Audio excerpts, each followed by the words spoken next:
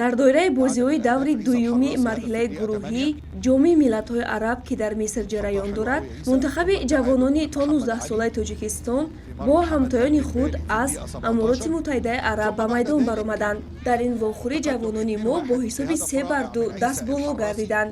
ҳар се голи мунтахаби моро футболбози ҷавон ва умедбахши кишвар Муҳаммадалӣ Азизбоев ба самар расонид. ҳамакнун рӯзи 26 июн мунтахаби ҷавонони Тоҷикистон бо дастаи Ҷибутӣ рақобат мекунад. Ёдовар мешавем, ки дар мусобиқаи ҷоми миллатҳои араб 16 мунтахабҳои ҷавонон иштирок намуда ба 4 гурӯҳ тақсим шуданд. Аз ҳар як гурӯҳ ба даври плей-офф ду дастаи рохат пайдо мекунанд. Дар бозии дигари ин гурӯҳ якачини Ҷибутӣ аз Марокаш бо ҳисоби 0-4 дучори шикаст шуд.